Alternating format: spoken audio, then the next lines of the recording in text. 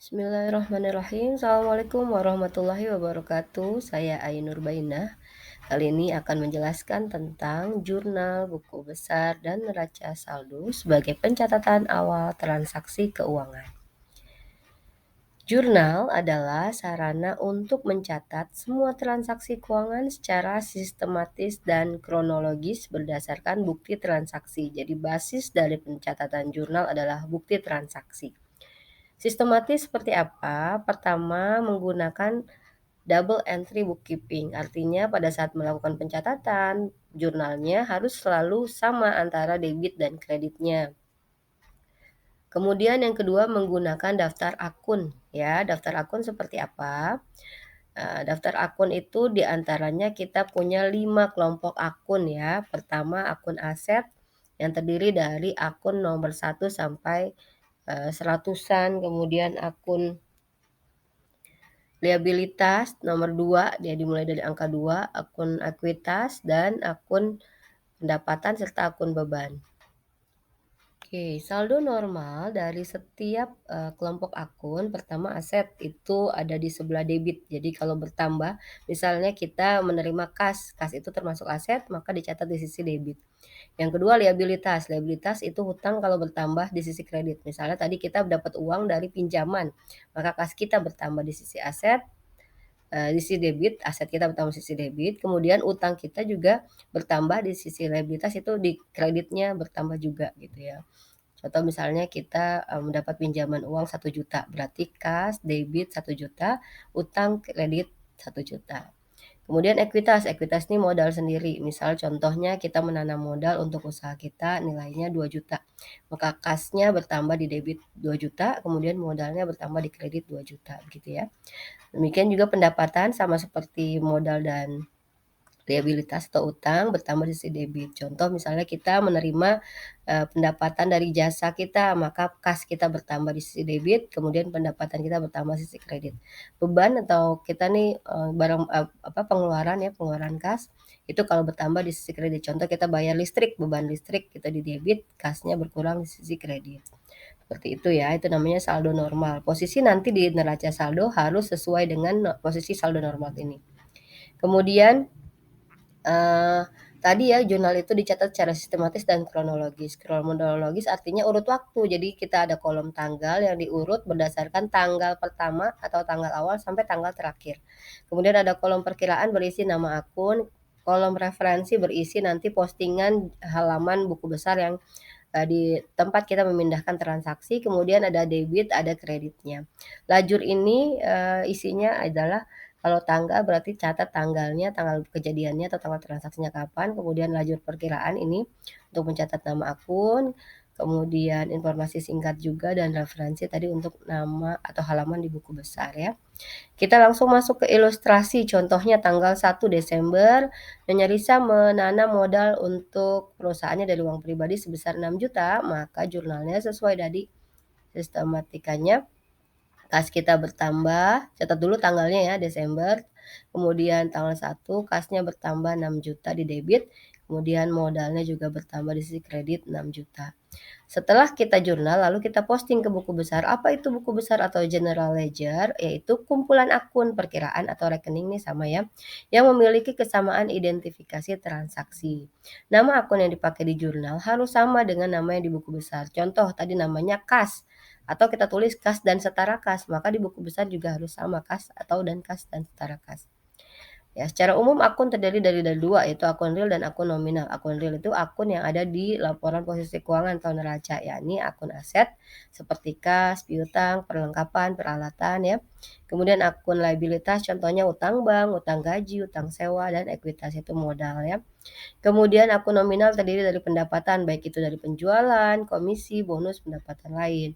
Kemudian ke akun beban terdiri dari misal beban gaji, beban sewa, beban listrik, beban administrasi, dan lainnya. Buku besar bisa dicatat dalam 2 bentuk. Pertama bisa dalam bentuk skontro, baik itu skontro berlajur atau huruf T sederhana ya, bentuk T sederhana.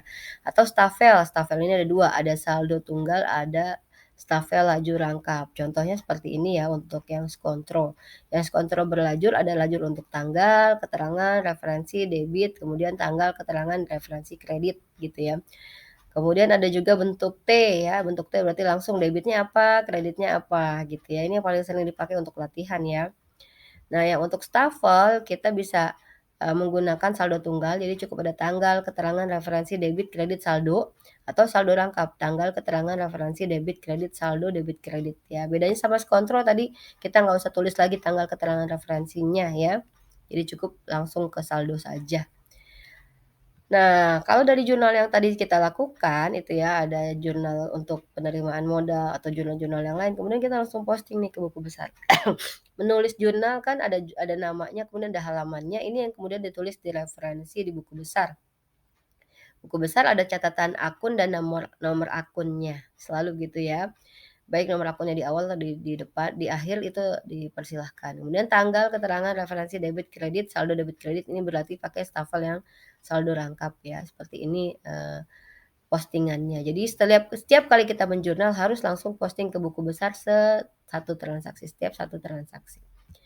Kemudian setelah kita posting ke buku besar, kita kemudian meringkasnya di trial balance atau neraca saldo. Neraca saldo adalah kumpulan saldo-saldo yang ada pada setiap akun atau perkiraan di buku besar. Dari, jumlahnya itu harus sama antara debit dan kredit. Jadi bedanya sama kolom nanti di buku besar di jurnal, neraca saldo tuh di ending-nya di, kolom paling bawahnya itu atau row paling bawahnya itu adalah total dari berapa debitnya, berapa kreditnya, begitu ya.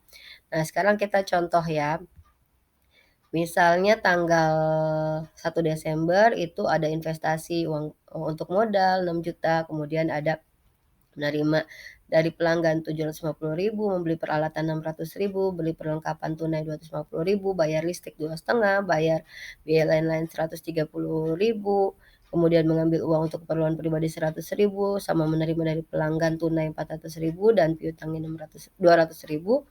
Juga ada penagihan ya, terima tagihan dari pelanggan 100.000 dan pembayaran gaji 300.000.